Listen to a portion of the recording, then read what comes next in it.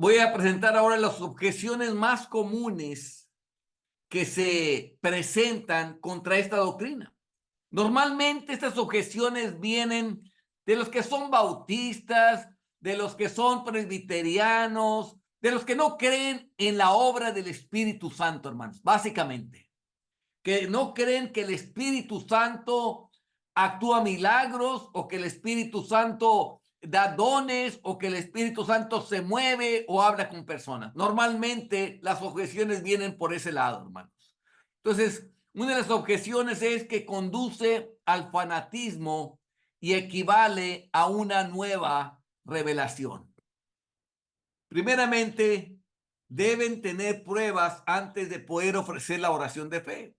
¿A qué se llaman pruebas? Con evidencias. ¿Cuál es la evidencia que nosotros tenemos cuando oramos este tipo de oración, hermanos? Las promesas, la providencia de Dios, lo que el Espíritu Santo nos hace ver. Esa es la prueba. No oramos de esta manera simplemente porque se nos viene o como los otros dicen, lo declaro hecho por Dios, lo declaro. Pues tú puedes declarar mil cosas. La cosa es que Dios lo declare. Tampoco estamos haciendo eso. Estamos apoyándonos sobre la palabra misma de Dios, sobre lo que Dios mismo ha dicho. Y estamos ofreciendo ese tipo de oración caminando con Dios, caminando en santidad, en rectitud de vida, haciendo la voluntad de Dios en todo lo que hacemos. Estamos ofreciendo esa oración no pensando en nosotros mismos, sino en la obra de Dios. Así es como ofrecemos la oración, hermanos. No es para manipular a Dios de ninguna manera, hermanos. ¿Qué es lo que es el fanatismo? Que busca manipular a Dios, servirse de Dios y no servir a Dios. Y si Dios da otras pruebas, además de los sentidos, ¿dónde está la objeción? O sea, si Dios da otras pruebas, aparte de los sentidos, en otras palabras, porque Dios nos lo revela a nosotros, ¿dónde está la objeción? Dice, es cierto que en cierto sentido, esto es una nueva revelación. Se está dando a conocer algo por su espíritu. Por ejemplo, hermanos, Dios ha puesto carga en mi corazón por los jóvenes de entre los 18, 20, 24 años, 30, 40 años, porque siento que se están criando sin Dios, pegados al celular todo el tiempo, viendo el celular todo el tiempo, viendo toda la basura que se encuentra en TikTok, en todos los medios sociales, hermanos, y creciendo sin Dios. Entonces Dios ha puesto esa carga en mí por la salvación de ellos. ¿Está escrita la palabra? Yo no veo que está escrita. ¿Que estén los jóvenes ahí? No. Pero eso son algo que el Espíritu te pone. Y cuando el Espíritu pone algo, hay que orar por ello. Entonces, es lo que en cierta manera sí es una nueva revelación, porque nos está revelando algo por el Espíritu. Pero es exactamente la revelación que Dios ha prometido dar. Esto lo prometió Dios, no lo estamos inventando nosotros. Es algo prometido por Dios.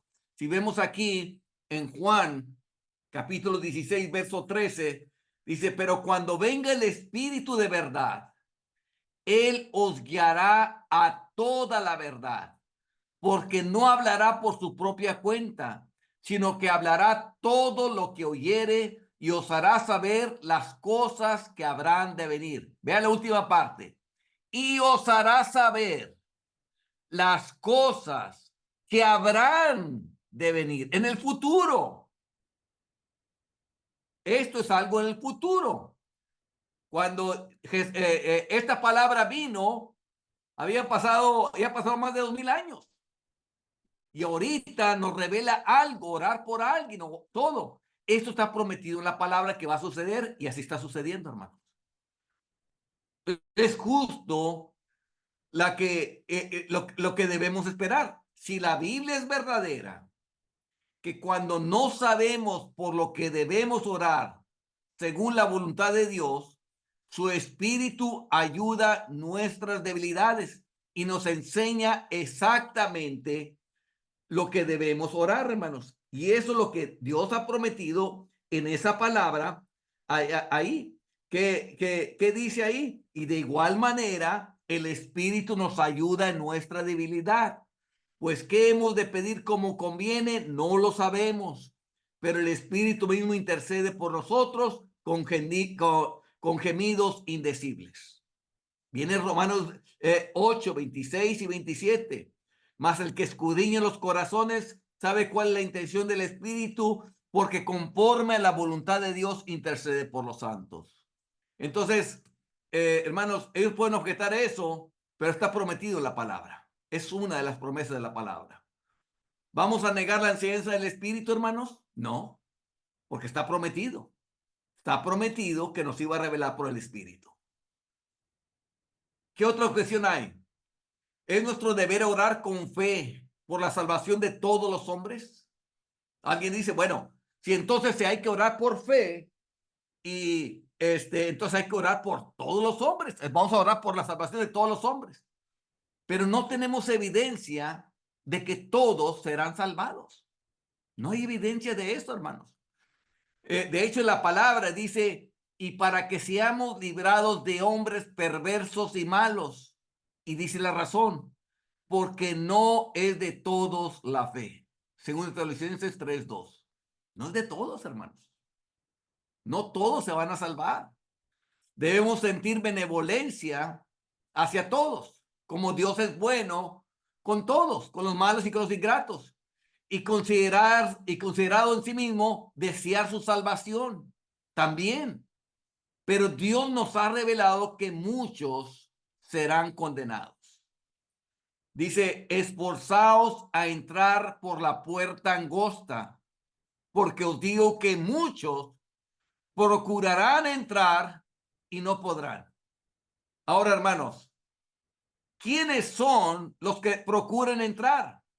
¿Los impíos? ¿Los que no van a ninguna iglesia, hermano? ¿Los ateos? ¿Los que no creen en Dios? No, ellos no procuran entrar. Si quisieran entrar, buscarían en alguna iglesia algo.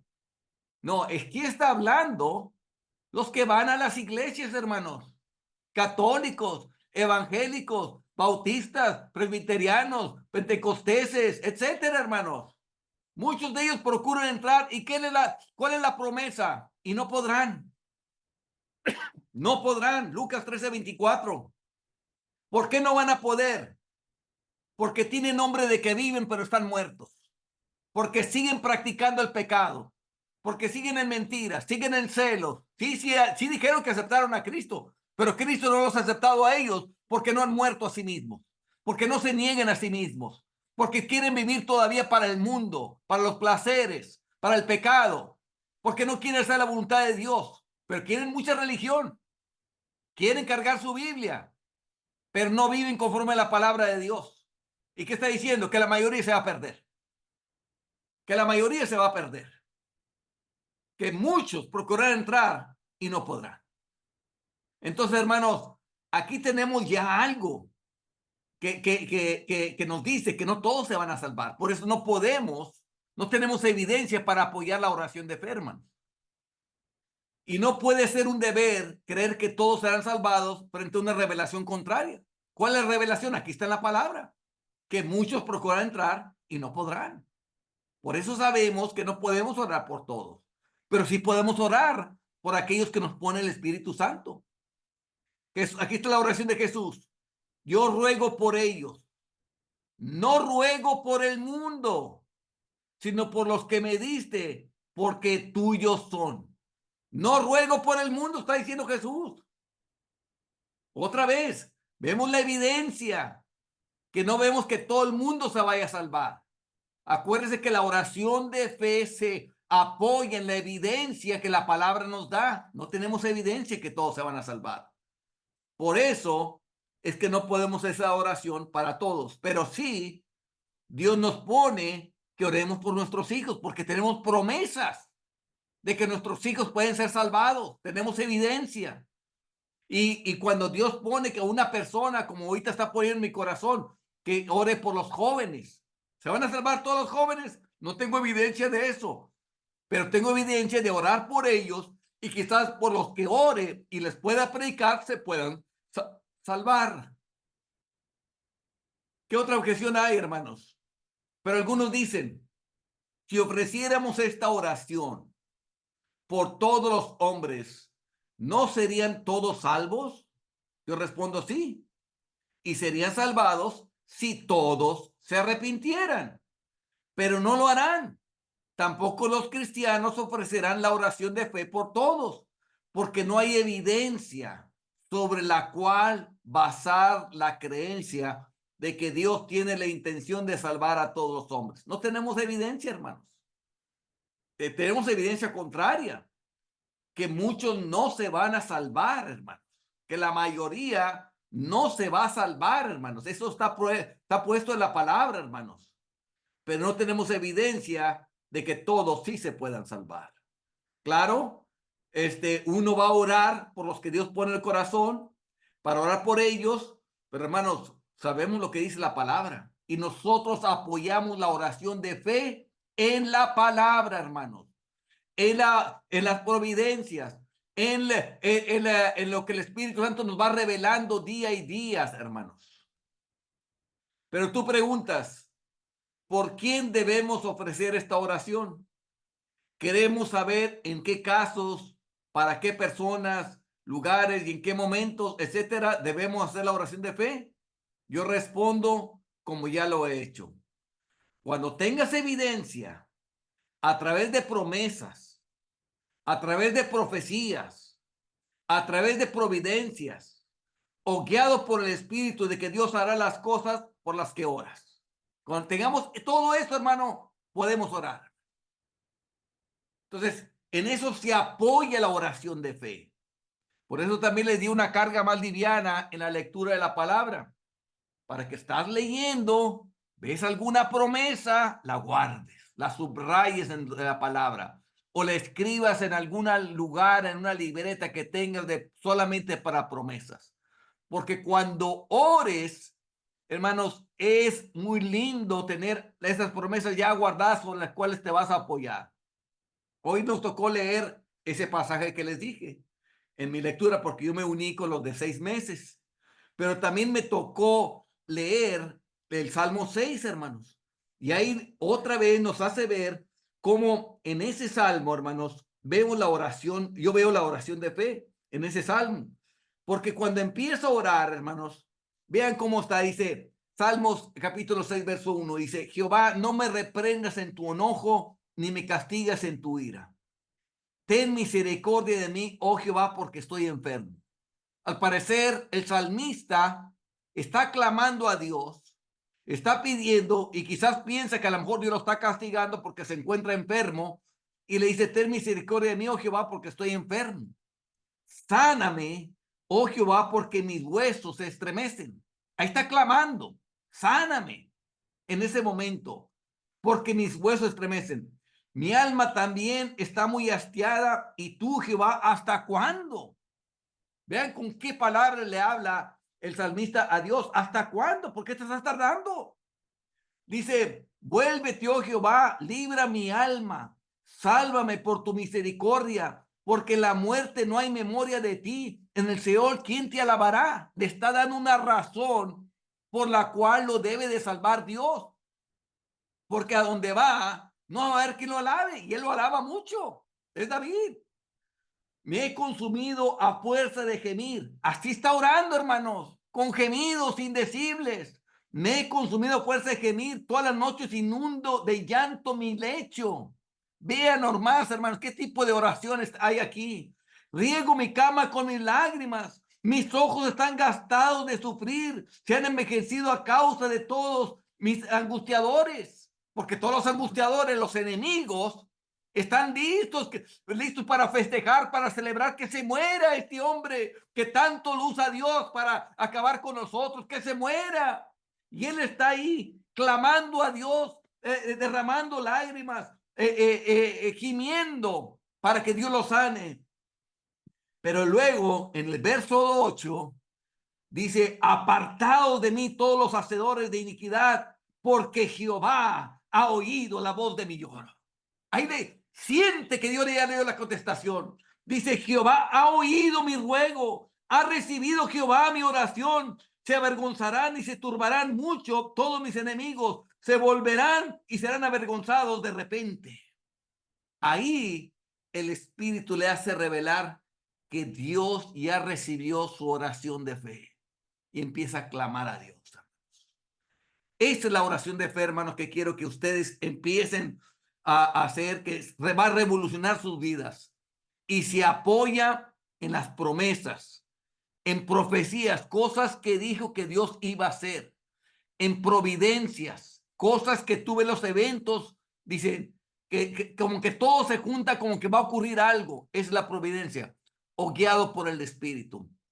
Sobre eso se apoya este tipo de oración, hermanos.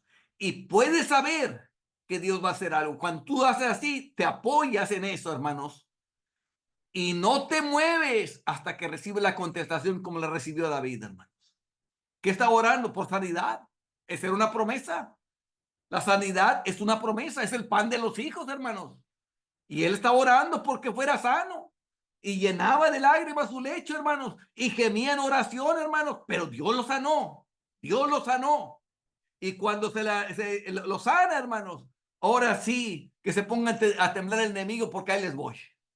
Entonces, hermanos, este tipo de oración la ofrecemos, de nuevo repito, hermanos, aunque parezca disco rayado, cuando tenemos promesas, cuando tenemos profecías, en la palabra que nos dice que Dios va a hacer algo, cuando las providencias, o sea, cuando los eventos que tenemos en el diario vivir vemos como que Dios va a hacer algo, o guiado por el Espíritu, sobre eso apoyamos este tipo de oración, hermanos. ¿Cómo es que muchas oraciones de padres piadosos por sus hijos no son respondidas? Es otra objeción. Ay, pues es que él ha orado por sus hijos y no se han convertido. Dice, ¿a quién creeremos? ¿Que la promesa de Dios haya fallado o que estos padres no hicieron su deber? Quizás no creyeron en la promesa o no creyeron que existiese tal cosa como la oración de fe. Si muchos oran, hermanos, casi como insultando a Dios. Ay, Dios mío, te pido por mis hijos, si es tu voluntad. ¿Por qué no va a ser su voluntad si ya te lo está diciendo en la palabra? Que sí es. O sea, como si le dijeras a Dios, como si Dios no fuera sincero. Ay, si es tu voluntad, pero ya, es que si es tu voluntad. Pero dice que la promesa es muy clara. Allí en el Salmo 139, ahí vemos que es muy clara la promesa de Dios. Dice que la misericordia de Jehová es desde la eternidad hasta la eternidad sobre los que le temen y su justicia sobre los hijos de los hijos. Perdón, no es el Salmo 139, es el Salmo 103, hermanos. A ver, veamos, hermanos. Dice, cuanto está lejos del oriente, porque como la altura en los cielos sobre la tierra, engrandeció su misericordia sobre los que le temen. Verso 11.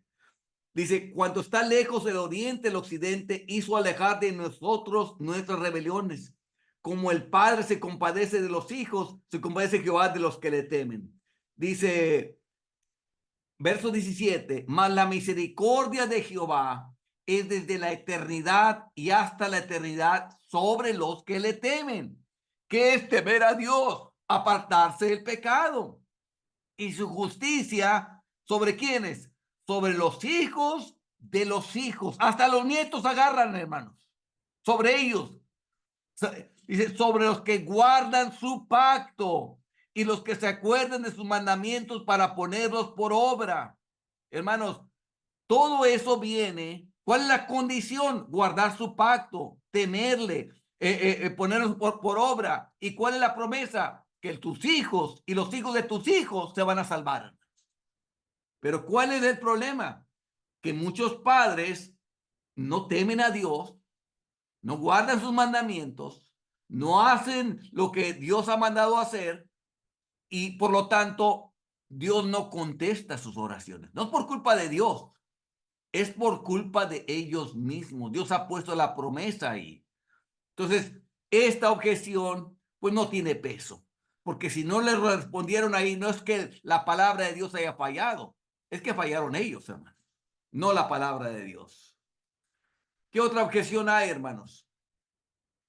Muchos objetan, no conducirán estas opiniones al fanatismo, no pensarán muchas personas que están ofreciendo la oración de fe cuando no lo están haciendo. O sea, hay personas, yo ya hice la oración de fe y hay muchos charlatanes allá afuera, hermanos, que se creen algún ungido y que ellos hacen todo, hermano, y son charlatanes, hermanos. Y sí, existe, sí, algunos pueden ser aparatismos, pero algunos pensarán que están ofreciendo la oración de fe cuando en realidad no lo están haciendo. Pero de igual manera, algunos también creen que son cristianos cuando no lo son. Que la gente se quiere engañar a sí misma no quita la verdad sobre la oración de fe.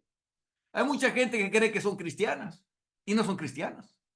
Están engañados, siguen practicando el pecado, siguen mintiendo, siguen teniendo envidia, siguen teniendo celos, no se han arrepentido de corazón, no caminan con Jesús, no tienen el Espíritu Santo que hace morir las obras de la carne en ellos, hermanos, y se creen cristianos. Por eso dejaremos de buscar lo de Dios, porque algunas personas creen que son cristianos y pensamos que nadie puede ser cristiano. No, hermanos, hay verdaderos cristianos.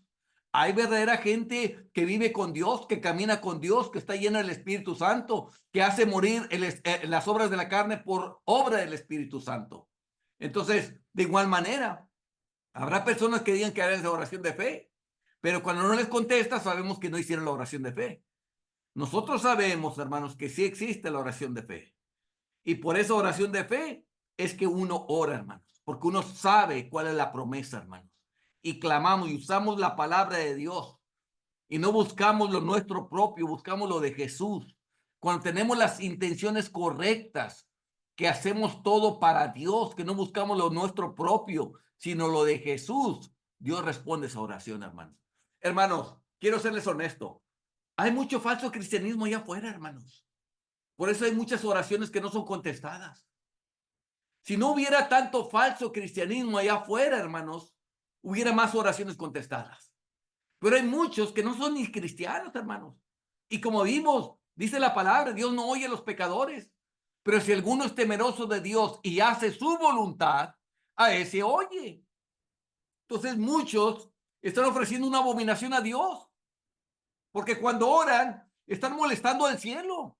Están mandando quieren mandar abominación en el cielo, la basura la quieren mandar ahí arriba. No, primero arrepiéntete, primero deja tu pecado, primero deja tu maldad y luego ven, ofrece tu oración a Dios. Pero muchos no quieren hacer eso. Muchos no quieren un Dios, quieren una lámpara de Aladino, que quieren frotar de una lámpara y dame 3 deseos. Y ellos quieren vivir como el diablo. No, hermanos, Dios no se presta para eso. Si queremos seguir a Dios, hay que caminar con Él. Y cuando caminas con Él, todo lo que tú oras va a ocurrir. Entonces, esa es la objeción. Hay que temer más a engañarse a sí mismo que a ofrecer la oración de fe. Claro, hermanos. Hay que tener miedo, más miedo, a que tú te engañes pensando que eres cristiano cuando no lo eres. Porque imagínate, si tú no te desengañas a tiempo, tú pensarás que eres cristiano. Te vas a morir y la sorpresa es que cuando llegues al infierno, pero si yo era cristiano, no, no. Muchos me dirán, Jesús dijo, Señor, Señor, en aquel día. Y yo le diré, apartados de mí, hacedores de maldad, hacedores de maldad. Quiere decir que seguían haciendo la maldad. Pero sí le decían a Jesús y cargaban una Biblia y cantaban coritos y quizás hasta daban diezmos y ofrendas y quizás caminaban mucho para ir al culto, hermanos, pero siguen practicando el pecado. Y mientras siguen practicando el pecado, hermanos, tú eres un hijo del diablo. No eres salvo y no te vas a salvar. Hermanos, es que es necesario caminar con Jesús y es bien fácil, hermanos. Es que te arrepientas de todos los pecados de corazón, rindas tu vida a Jesús y digas a Jesús, aquí está mi vida, voy a vivir solamente para ti. Y Jesús promete darte el corazón nuevo y vivir con Él. Hermanos, yo les compartía por el WhatsApp esta semana, hermanos, que para Dios era más importante tu relación con Jesús, más que todo el activismo, más que viajes mar y tierra por hacer prosélitos, por hacer cristianos, más que hagas todo. Lo que Dios más le interesa es convivir contigo, es que estés con Él, que ores con Él, que hables con Él, como un amigo habla con otro amigo. Y ya de ahí es cuando Él te va a dirigir a que ores por esto, por aquello, o que hagas esta actividad o no esta actividad, hermanos. Quítense del activismo. Más importante, estar con Jesús. Cuando tú empieces a orar, no te apresures, empieza a platicar con Jesús, quieres estar con Él, quieres alabarle a Él, quieres adorarle a Él, y nomás primero dirígete a Jesús, y ya después el Espíritu te llevará a otras cosas, hermanos. Más importante estar con Jesús, convivir con Él, la comunión con Él, que todo lo demás, hermanos. Muchos se engañan a sí mismos porque no son honestos con su propia vida. No son honestos. Si tú sabes que estás practicando el pecado, ¿por qué no lo has dejado? ¿Por qué no has dejado la mentira? ¿Por qué no has dejado los celos? ¿Te va a costar? Claro que a todos te va a costar. A Jesús le costó la vida. A ti no crees que te va a costar algo. Sí, te vas a tener que aguantar, pero vale la pena aguantarse y vivir para Jesús y hacer su voluntad. Y cuando lo haces de corazón, cada vez te cuesta menos, porque el Espíritu te asiste, te ayuda, te pone pensamientos para que vivas siempre para Jesús. Entonces, no hay razón para que vivas en el engaño que no de estar caminando con Dios cuando no lo estás haciendo. Pero hay quienes saben lo que es la oración de fe, al igual que hay quienes saben lo que es la experiencia espiritual y que si son salvos basados en la evidencia de la Biblia. Aquí está hablando, hermanos, que muchos no saben sobre esta oración porque no lo han experimentado como, por eso les decía, es muy importante la relación con Jesús, porque lo que hace convivir con Jesús solamente te hace conocer la voz de Dios, te hace saber cuando Jesús habla, te hace conocer los pensamientos de Jesús. Y eso es lo importante. Cuando pasamos en esa relación con Él, empezamos a conocer cómo Él habla. A mí me llama mucho la atención el pasaje de Jeremías, en Jeremías 1, cuando empieza él a hablar con él, empezó él a hablar con Jeremías. Ahora, era cuando apenas lo llamó. Y empieza a decir, la palabra de Jehová vino a mí diciendo, ¿qué ves tú, Jeremías? Y dijo, veo una vara de almendro. Y me dijo Jehová, bien has visto, porque yo apresuro mi palabra para ponerlo por obra. Como que estaba por pasitos. ¿Qué es lo que ves?